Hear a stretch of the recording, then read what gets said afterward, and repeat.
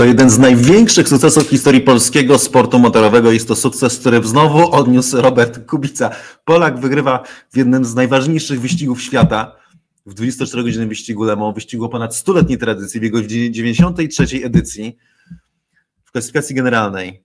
14 sekund przed drugą załogą, w niefabrycznym samochodzie, czyli niepriorytetowym, pokonując dwa priorytetowe Ferrari i także Porsche numer 6. Doskonała jazda i przede wszystkim efekt pracy, uporu, wiary, talentu, ale też rozumienia mózgu, bo ten wyścig się głową wygrywa, Roberta Kubicy i jego zmienników. Witajcie na misji w specjalnym wydaniu F1 Vloga, w specjalnym live'ie przed Grand Prix Kanady jeszcze, potem zrobimy drugi, ale trzeba było to zrobić dlatego, że jest to jeden z najpiękniejszych dni w historii polskiego motorsportu, a jeszcze jak dodamy, że wygrał polski zespół w kategorii LMP2, to wychodzi z tego po prostu wspaniały dzień i po prostu musieliśmy na to zareagować po tych 24 godzinach czuwania i latach kibicowania, trzymania kciuków, wzlotów i upadków.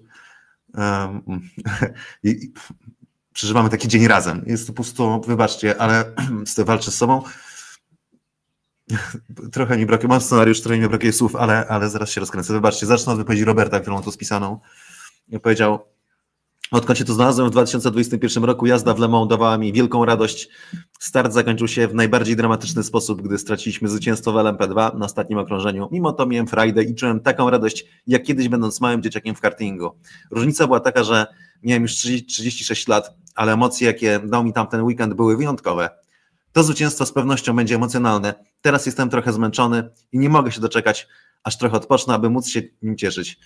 Wyjątkowy dzień i z pewnością tego się nie spodziewałem. Jak tego dokonali Robert Kubica, Phil Hanson i FEI? Przede wszystkim no to najważniejsze atuty, kiedy byli trzecią załogą, ale mieli szybkie auto, no to unikanie błędów, coś czego nie robili kierowcy załóg fabrycznych. Tak naprawdę dobre składy, mocne, szybcy kierowcy, ale po prostu liczba błędów, jakie popełniali, zadziała na naszą korzyść. Super jazda wszystkich trzech kierowców, natomiast no nie oszukujmy się, Robert miał tam główną rolę, odgrywał także za kierownicą, przejechał 166 okrążeń i 10 godzin, Filip przejechał 112 i 6 godzin, tam 40 minut i Fej to podobny czas też przejechał 109 okrążeń, troszeczkę mniej, więc no, Robert jakby niósł ten ciężar i Robert też w kluczowych momentach po prostu był tym napastnikiem, tak? No, główną osobą, ale też jestem przekonany, siedząc w garażu, tak jak podczas każdego wyścigu, podejmując decyzję, a to jest to ultra trudny wyścig, który odgrywa się w dużej mierze właśnie na pitwallu, kiedy trzeba podejmować odpowiednie decyzje, kiedy naciskać, kiedy nie, potrójny stint na opanach, podwójny, tu oszczędzamy, tu naciskamy, jak reagujemy w zależności od flag, od full course yellow, no to są wszystkie rzeczy, w których autorytetem jest w tej ekipie Robert. No i na koniec jeszcze trzeba to zaznaczyć, powinniśmy podziękować Porsche w dużej mierze, dlatego że w całej tej walce w połowie wyścigu i pod koniec wyścigu było Porsche numer 6. I jestem przekonany, że gdyby nie ten samochód, wygrać ten wyścig byłoby znacznie trudniej. Dlaczego? Dlatego, że on szachował Ferrari fabryczne. W sensie nie można było zrobić żadnych gierek, zamieniać pozycji i kombinować. Ferrari, chcąc wygrać trzeci wyścig z rzędu w Le Mans, musiało postawić na załogę najszybszą i najlepszą, a tą załogą najszybszą i najlepszą była załoga numer 83. Robert Kubica, Phil Hanson i FEI. W piątym podejściu, nie wiem czy pamiętacie, ten pierwszy wyścig 2021 rok, LMP2, druga najwyższa kategoria, bardzo dobra też, i stracone prowadzenie na ostatnich metrach, tak naprawdę na ostatnim okrążeniu, i FEI w samochodzie, kiedy auto stanęło, elektryka, pierdoła za 20 euro, którą mówił Robert, że chcieli zmienić przed tym wyścigiem, nie została zmieniona i padła dosłownie w ostatniej chwili. Potem 2022-2023 rok, drugie miejsca w LMP2, znowu po bardzo ciężkiej walce, i 2024 rok, pierwszy start w Hypercarze i awaria dość nieoczywista, zatrzymanie samochodu, który ciągle jechał, który mógł ciągle jechać, takie rzeczy się nie robi po prostu. Mimo tego zespół zdecydował, że dalej nie jedziemy, bo dymiło się z tego auta. Potem wygrała załoga, która jechała za Robertem, tak naprawdę za Schwarzmanem i za Ifejem, więc było to po prostu awaria w walce o zwycięstwo, dość gorzka. No i w końcu mamy ten moment triumfu, tak? Samochód, który Robert wybrał, nawet jeśli nie fabryczny, bo też pytacie dlaczego, że fabryki, że może jakaś fabryka się zainteresuje. Fabryki się interesowały, interesują się Robertem, też teraz trochę mniej, bo jak ustalili składy, no to staram się tych składów trzymać, chociaż przypuszczam, że Robert ma jeszcze opcje i przypuszczam, że teraz będziemy jeszcze więcej. Natomiast jak przechodził do Hypercara, miał dużo propozycji, ale Robert postawił na auto, które może wygrać Le Mans. Nie było to auto fabryczne, bo składy fabryczne były już zamknięte i nie zmienia się w endurance składów, jeżeli nie trzeba, po prostu ta jakby stabilność jest bardzo ważna, ale dostał do dyspozycji to trzecie auto, dzięki Orlenowi też, w którym to samochodzie też bardzo szybkim też mieli szansę wygrać. Najmniejszą z tej trójki, ale jednak to jest Le Mans, tak? To jest magia tego wyścigu, że nawet mając najmniejsze szanse politycznie, cały czas jak jesteś w odpowiednim miejscu, w odpowiednim czasie, to ta szansa do ciebie wraca i to się właśnie tutaj w tym wyścigu wydarzyło. Kwalifikacje jechał IFEI i dopiero 13 czas, ale to wyścig 24 godziny, więc nie miało to większego znaczenia, była tam siła spokoju, zresztą Robert, gadaliśmy z Robertem po kwalifikacjach, rzućcie okiem ostatniego fanblog, tam jest ta rozmowa, nie tylko zresztą o łeku, więc polecam, cały czas aktualna i Robert tam podjął ze mną zakład, także 500 do jednego, że jeżeli ten wyścig uda się wygrać, ale nie podjąłem, nie byłbym w stanie nawet wyegzekwować tego zakładu, bo to ja powinienem, to my jesteśmy winni wdzięczność Robertowi za to, że Polska ma taki sukces. No w każdym razie wracając, 13 pole startowe, nic takiego wielkiego, potem pierwszy stint Phila Hansona, dobry, mocny, Robert zresztą mówił w tym wywiadzie, że on nie będzie startował, bo nie chce sobie popsuć statystyki z poprzednich startów, kiedy za każdym razem wsiadał do samochodu i wypracowywał pierwsze miejsce w klasie, czy generalnie pierwsze miejsce po prostu po starcie, więc to brzmiało tak trochę pesymistycznie, że nie uda się, no w takim razie nie uda się wygrać, ale powiedział, nie, to jest wyścig 24-godzinny. Oczywiście miał rację, jak zawsze Robert. No i mamy ten drugi stint, moim zdaniem kluczowy, to jest 24-godzinny wyścig i było wiele wydarzeń, ale super ważne było jakby wejście, Robert wyjechał na tor do 20 pozycji i super ważne było pokazanie sobie i generalnie po prostu znalezienie tego tempa w samochodzie i wejście do gry o zwycięstwo na tym etapie. Po prostu przebije się do przodu mega dobrym tempem i szeregiem stoczonych pojedynków, niektórych bardzo ostrych, a przede wszystkim z Vantorem, tylko nie tym co w zeszłym roku, nie z Driesem, tylko z jego bratem Lorenzem, który jechał w Porsche numer 6, Porsche, który był drugi na mecie ostatecznie. 20 godzin przed końcem mniej więcej się rozgrała ta sytuacja, Giovinazzi też się tam dołożył, Ferrari numer 51, niewiele brakowało, a zrobiłby to, co Giovinazzi czasami się zdarza i po prostu doprowadziłby do karamboliku, ale szczęśliwie to nie nastąpiło, w ostatniej chwili się wycofał, jest to zdjęcie, jak jadą 3 samochody, są ujęcia wideo, to było naprawdę szczęśliwe, jakby się tam zapakował dalej, to by było po prostu jak klocki domina, pyk, pyk, i byłoby po ptakach. Na szczęście, szczęście nam sprzyjało, albo po prostu jakiś powiew rozsądku Giovinazziemu. No i potem mieliśmy tą ostrą walkę z Vantorem, kiedy Robert skarżył się przez radio, że został zepchnięty i ostatecznie super wyprzedzenie, ja oglądam z różnymi komentarzami, ale w tym momencie z brytyjskim i byli podekscytowani tym, jak Robert w tym miejscu taki atak, po prostu super jazda, super maestria. Co prawda skończył się skalą 5 sekund, nie za ten manewr, tylko za inny, za zyskanie przewagi po przejeździe poza torem. Chociaż i tak przecież potem stracił tę pozycję, no nieważne, w każdym razie było tych 5 sekund, ale to nie była tak duża kara, tym bardziej, że Robert zyskał pozycję na torze, co było super ważne i mimo tego, że dostał 5 sekund kary, załoga numer 83, to jednak i tak zrobił ponad 10 sekund przewagi nad Porsche numer 6, co było kluczowe, więc i tak się opłaciło zaryzykować, żeby być na torze po prostu przy nim. I potem wsiada IFEI, no jak to IFEI, bardzo dobre tempo, bardzo taka skuteczna jazda, okrążenie z okrążeniem i ostatecznie dzięki temu super tempu wychodzi na pierwsze miejsce. Zapada zmrok i zaczynają się te tasowania, zaczynają się te momenty, kiedy są walki między nimi z Ferrari fabrycznymi, czasami na łokcie.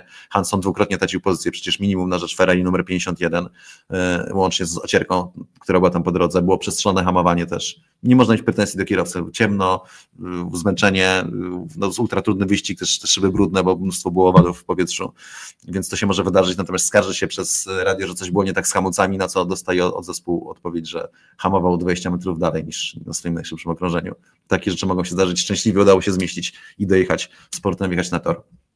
14 godzin 50 minut przed końcem wraca Robert i walczy na tym etapie z Porsche numer 6, podczas gdy fabryczne Ferrari popełniają błędy i dostają kary, mają też jakieś problemy techniczne, z tego co mi się wydaje, no bo tam były momenty, że pit stop na przykład tuż po pierwszym pit stopie kolejny pit stop, no ale też pit and speeding Giovinazzi dostał na przykład 20 sekund kary, stop and go za przekroczenie prędkości w boksach. Kierowcy tego formatu byłego kierowcy Formuły 1, jeden z wielu błędów zresztą.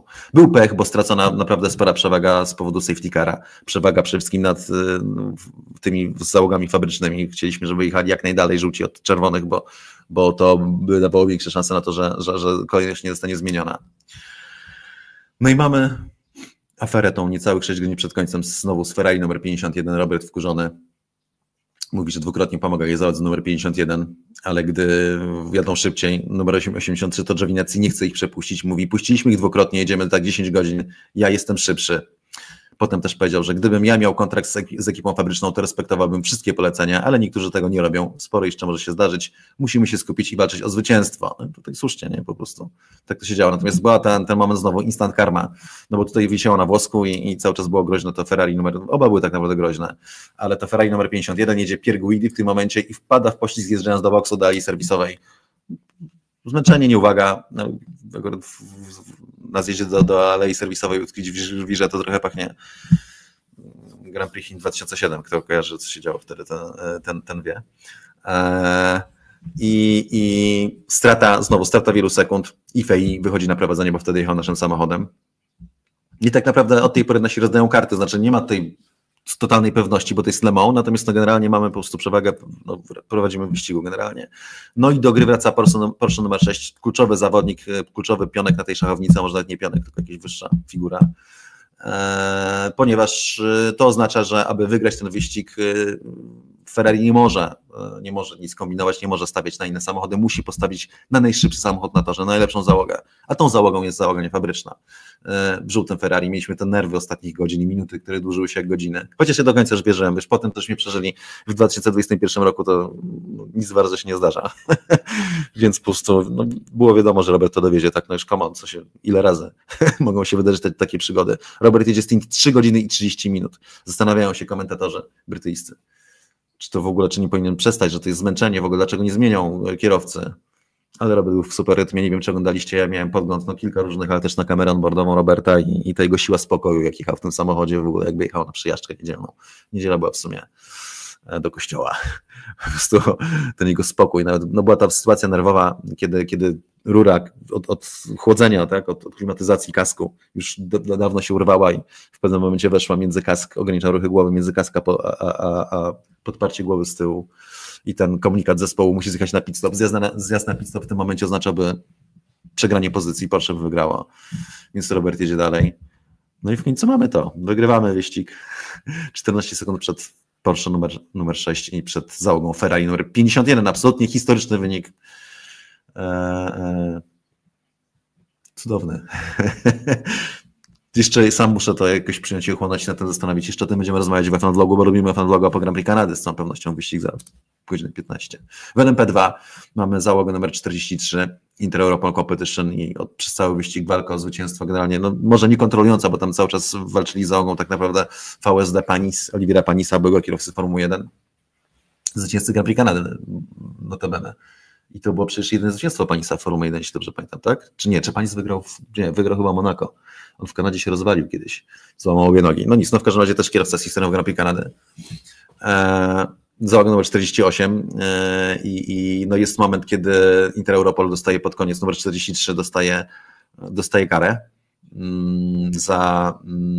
to było za przekroczenie prędkości box, jak się dobrze pamiętam. Ale mimo drive-thru i mimo tego problemy załogi numer 48 sprawiają, że Inter Europol po prostu wychodzi na pierwsze miejsce i wygrywa ten wyścig. Drugi raz w historii polski zespół wygrywa w kategorii LMP2 i generalnie po prostu w Le Mans. W tej załodze także Kuba Śmiechowski. Co powiedział Kuba? Powiedział, to wspaniałe uczucie, nie tylko nasze zwycięstwo, ale też zwycięstwo Roberta w klasyfikacji ogólnej. Nie wiem, czy był lepszy dzień dla polskiego motorsportu, to niesamowite mieć dwóch polskich zwycięzców w dwóch różnych klasach tego wyścigu. No i Robert, jeszcze nie wiem, czy widzieliście ten wywiad po wyjściu z samochodu, to jest niesamowita ta radość Roberta, która taka, widać, że jest ultra zadowolony i w ogóle i się cieszy, nawet zmęczenia tak bardzo nie było widać, ale to jest takie, wiecie, wszystko pod kontrolą i tutaj, dobrze, że wygraliśmy fajnie. Mówi, tak, jestem zadowolony, zwycięstwo w Le Mans to coś wyjątkowego, to jeden z najtrudniejszych wyścigów. Kilka lat temu byłem bardzo blisko w LMP2, w moim pierwszym starcie, gdy przegraliśmy wyścig na ostatnim okrążeniu. Tym razem wszystko zadziałało perfekcyjnie, zwycięstwo w generalce jest jeszcze lepsze niż w LMP2. Jak zawsze był to wymagający tydzień, ale szczęśliwie zrobili, on to mówił względem tego, że wtedy nie straconego zwycięstwa Lampedowa, że to jest jeszcze coś ważniejszego, tak, to nie ma żadnej, jak ktoś by się dopatrywał złośliwości, coś w stylu. Jak zawsze był to wymagający tydzień, ale szczęśliwie zrobiliśmy wszystko, co się dało i skupiliśmy się na robocie, gdy musieliśmy, naciskaliśmy, to było kluczowe, a gdy trzeba było, dbaliśmy o samochód i opony. Cieszę się oczywiście sam, ale też w imieniu moich kolegów z ekipy zespołu F-Corse i Ferrari.